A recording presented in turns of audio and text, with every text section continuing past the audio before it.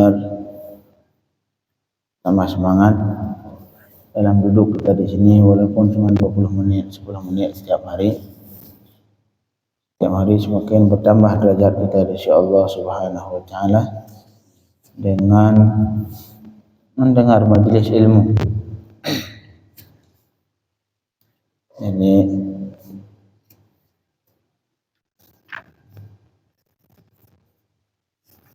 kita akhir zaman, disebutkan akan datang satu zaman katsirun khutaba'uhu qalilun fuqaha'uhu. Di satu zaman, akhir zaman artinya, di mana banyak pengkhutbah tapi sedikit ahli fakih. Ini mungkin di zaman kita, yang dimana penceramah agama terlalu banyak, tapi yang paham dalam agama sangat sedikit. Jadi insyaallah untuk pagi ini kita bicarakan tentang fadilatut ta'allum. Nah, duduknya kita di sini, apakah ada pahala atau sekedar duduk? Jadi qala Allah Ta'ala, a'udzu billahi minasyaitonir rajim, bismillahirrahmanirrahim, fas'alu ahla dzikri in kuntum la ta'lamun. Ini dalil dalam Al-Quran. Allah sebutkan bagi yang belum paham tentang agama, belajar. Fas'alu ahla dzikri in kuntum la ta'lamun. Maka bertanyalah ke orang yang memiliki pengetahuan, dzikr, in kuntum la ta'lamun, jika kalian tidak mengetahui. Artinya dalam agama terutama butuh guru. Dalam agama tidak boleh cuma belajar atau tidak. Ini syarat.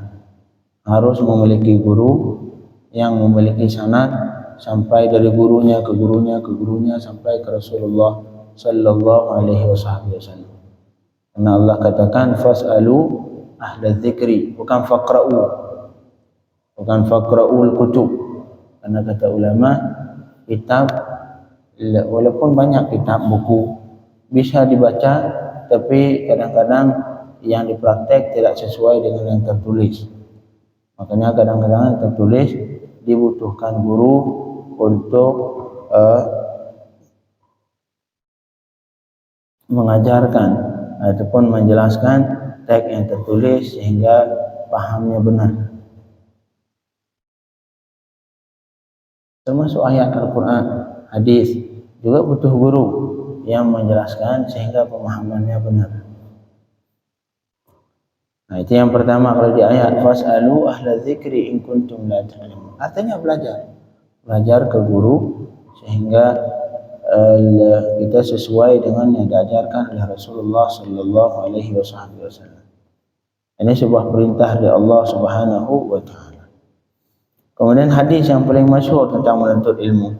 Ini hadis diriwayatkan oleh Sayyidina Imam Muslim rahimahullah. Qala sallallahu alaihi wasallam, man salaka tariqan. Ini yang satu hadis cukup, yang kita hafal, kita ingat, kita amalkan, insyaallah akan mendapatkan yang dijanjikan oleh Rasulullah, dijanjikan oleh Allah. Man salaka tariqan yatlubu fihi ilman salakallahu bihi tariqan ilal jannah. Cukup. Siapa saja yang menempuh satu jalan, yang menuntut ia di jalan tadi akan ilmu. Artinya menempuh satu jalan untuk menuntut ilmu di situ. Salakallahu bihi tariqan ilal jannah.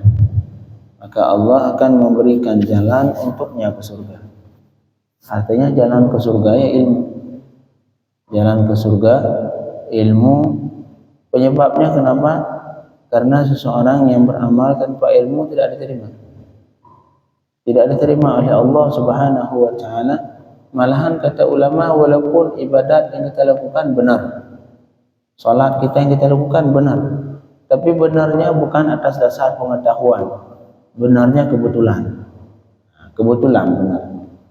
Bukan atas dasar pengetahuan, hukum salatnya enggak diterima. hukum salatnya tidak diterima. Jadi man salaka tariqan yatlubu fihi ilman salakallahu bihi tariqan ilal jannah. Inilah salah satu jalan untuk menuju surga, yaitu jalannya ilmu.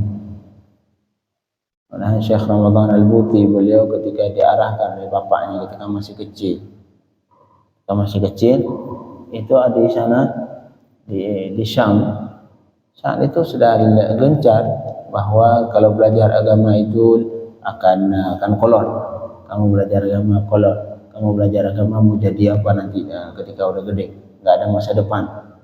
Kamu beli lantar udah bisa belajar agama, nggak ada masa depan. Kamu ntar mau kerja apa? Nggak ada kerja belajar agama. Kemudian ini kisah beliau sendiri tentang bagaimana cara orang tuanya mengarahkan beliau untuk belajar agama. Kamu masih kecil. Di saat semua orang saat itu di Syam itu, di saat mereka itu semua semangat untuk belajar ilmu bisa dikatakan ilmu dunia, kalau niatnya dunia, walaupun menjadi ilmu akhirat jika tujuannya untuk membantu agama Allah, seperti ilmu kedokteran ataupun ilmu-ilmu yang lain yang menganggap bahwa ilmu ini pasti menjanjikan, ilmu-ilmu yang menjamin kehidupan masa depan. Tapi itulah ketetapan Allah Subhanahu wa taala. Akhirnya beliau dinasihati oleh bapaknya. Kata beliau, saya sedang mencari beberapa jalan untuk masuk surga, walaupun kata beliau kalau misalkan jalan masuk surga dengan mengut sampah, saya bakal nyuruh kamu untuk mengut sampah. Tapi setelah saya cari, kata beliau, tidak ada jalan masuk surga kecuali mencari ilmu Allah Subhanahu wa taala. Maka kamu saya arahkan untuk mencari ilmu Allah. Akhirnya apa yang terjadi? Beliau belajar di pondok biasa, nggak ada ijazah, nggak ada. Karena beliau belajar agama bukan untuk ijazah, bukan untuk sekedar untuk mencari ridha Allah Subhanahu wa taala. Apa yang diberikan oleh Allah akhirnya giliran yang paling menjanjikan beliau. Beliau bukan orang yang membutuhkan ke presiden, tapi presiden yang mencari beliau. Akhirnya beliau ada perlakuan khusus dari Presiden Suriah saat itu. Bapaknya Bashar Assad yang sekarang. Bapaknya dulu presiden. Akhirnya beliau salah satu orang yang paling dibutuhkan oleh pemerintahan sebagai penasihat presiden. Walaupun awalnya beliau mencari ilmu nggak ada ijazah.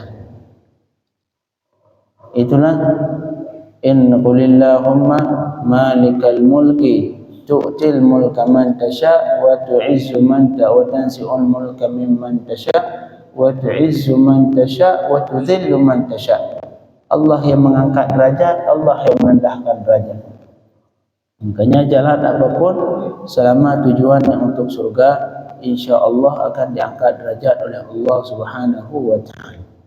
Makanya di sini disebutkan dalam hadis Sayyidina Muslim, man salaka tariqan yatlubu fihi ilman salakallahu bihi tariqan ilal jannah. Siapa saja yang menempuh sebuah jalan yang di situ dia menuntut ilmu, seperti kita di sini. Ada samping salat, selesai salat duduk sebentar, walaupun cuma 15 menit, 20 menit sambil nunggu syuruk, sambil menunggu syuruk salat 2 rakaat. Kemudian salat 2 rakaat mendapatkan pahala umrah yang sempurna, pahala haji yang sempurna, dapat fadilah ilmu. Malahan disebutkan duduk dalam majlis ilmu lebih afdal dari salat sunnah. Salat sunnah malahan disebutkan ada satu kisah, salah satu ulama keluar, anaknya yang cari ilmu. Anaknya diutus bahkan dari sini Jakarta dikirim ke Yaman atau dikirim ke Mesir buat belajar ilmu.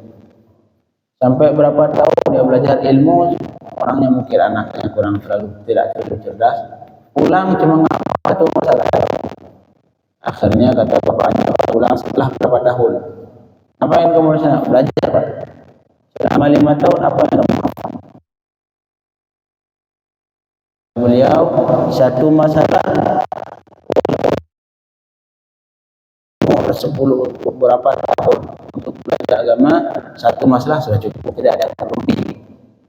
Jadi satu masalah yang kamu hafal dalam menjelasnya tidak ada lebih, walaupun belajar selama puluhan tahun. Itulah fadilah ilmu menurut sisi ulama, sehingga sesuatu tidak dianggap penting kecuali ahli. Maka tidak pernah menganggap, tidak dapatkan misalkan kambing menganggap berharga emas. Walaupun sebenarnya kalau ada emas 1 gram dijual bisa makan untuk beli untuk beli kerupuk dia bisa makan sebulan. Tapi sesuatu itu tidak diketahui harganya kecuali ahlinya. Maka yang mengetahui harganya emas orang-orang yang ahli itu bagian emas. Tapi kalau orang nggak tahu emas, nggak kenal emas, sehingga bagi dia nggak ada harga. Inilah yang pertama, fadilah menuntut ilmu adalah jalan masuk surga Allah Subhanahu wa taala. Jangan ibadat tanpa ilmu itu salah satu cara syaitan untuk talbis itu adalah tipuan syaitan. Diajak manusia untuk banyak beribadat tanpa ilmu. Salah satu cara syaitan untuk dalam merusak manusia ataupun dalam was-was terhadap manusia, dia syaitan ini mengajak sesuatu yang dianggap wow padahal tidak. Tidak agung-agungkan ibadat, seolah-olah menganggap berzikir 1000 kali Masya Allah, kalau bertasbih 1000 kali Masya Allah. Tapi sebenarnya di sisi Allah ada yang lebih afdal baginya. Jadi itulah syaitan. Salah satu cara talbis syaitan, talbis iblis ataupun tipuan iblis dengan diajak manusia untuk beribadat tanpa ilmu. Karena iblis tahu, man salaka tariqan yatlubu fihi ilman salakallahu bihi tariqan ilal jannah. Siapa saja yang menempuh jalan untuk menuntut ilmu, Allah akan memberikan jalan untuknya ke surga. Jadi jalan ke surga adalah ilmu, Makanya Al-Imam Al-Ghazali di kitab yang lain, beliau memberikan cara beribadah. Jadi stepnya beribadat. Yang pertama taubat, yang pertama ilmu. Setelah ilmu taubat. Setelah taubat baru mulai ibadah. Jadi jangan langsung ibadat lancat dua ini. Sehingga enggak berfungsi ibadat. Kemudian di hadis yang lain, hadis diriwayatkan oleh Sayyidina Imam Ahmad, innallaha la tad'u ajnihataha li talibil ilmi ridhan bima yasna'. Sesungguh para malaikat meletakkan seluruh sayapnya ke orang yang menuntut ilmu karena ridha dengan apa yang dia kerjakan. Ini malaikat, walaupun tidak terlihat belajar seperti ini, majelis ilmu ataupun majelis Quran. Itulah di situ terdapat, walaupun kita tidak melihat, terdapat malaikat yang meletakkan sayapnya supaya karena ridha terhadap yang dilakukan. Malahan di hadis yang lain, ini hadis diriwayatkan Sayyidina Ibnu Abdul Bar. Ini kita lihat.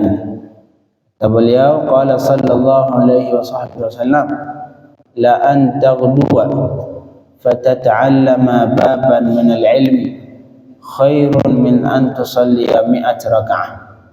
Kamu berangkat untuk belajar satu bab saja dari ilmu. Pulang cuma dapat satu masalah. Belajar cuma duduk dapat rukun salat, yang pertama niat, yang kedua mengerjakan takbir.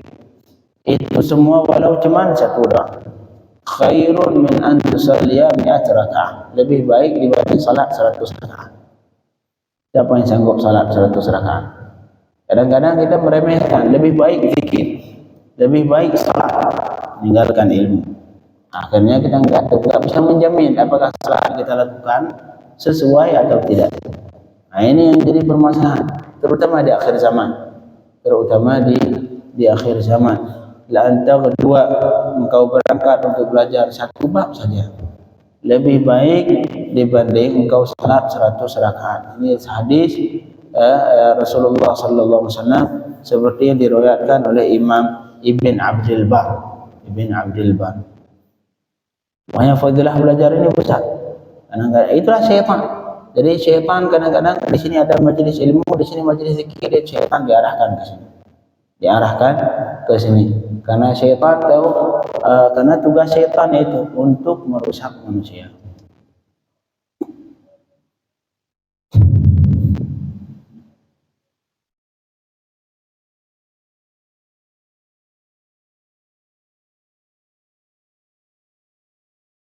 Pagi ini kita cukupkan 3 hadis tentang fadilah berilmu. Semoga yang disebutkan, yang disabdakan oleh Rasulullah, kita termasuk golongan dari itu. Kita termasuk orang yang mencari ilmu Allah Subhanahu wa taala. Makanya duduknya kita seperti ini walaupun sebentar, seperti hanya antara maghrib dan isya. Daripada pulang selesai maghrib pulang ke rumah terbalik lagi isya, apa salahnya duduk di sini sampai isya? Karena waktu yang paling bagus untuk i'tikaf di masjid adalah waktu antara maghrib dan isya. Duduk di situ saat maghrib, nggak usah pulang dulu, duduk sampai isya sambil tunggu isya. Karena intizarus salah ba'da salah as-salah, termasuk pahala salat bagi orang yang menunggu salat setelah salat. Setelah salat semua duduknya di antara 2 salat, semua dia dihitung sedang lagi salat. Jadi semoga kita berusaha terus untuk menambah khazanah keilmuan, mendapatkan ridha Allah Subhanahu wa taala. Pagi ini kita cukupkan. Subhanakallahumma wa bihamdika asyhadu an la ilaha illa anta astaghfiruka wa atubu ilaik.